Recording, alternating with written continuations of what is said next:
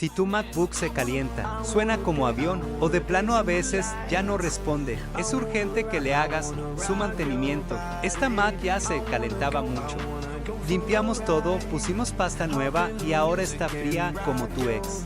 Aunque esta tiene que regresar, se están inflando las baterías.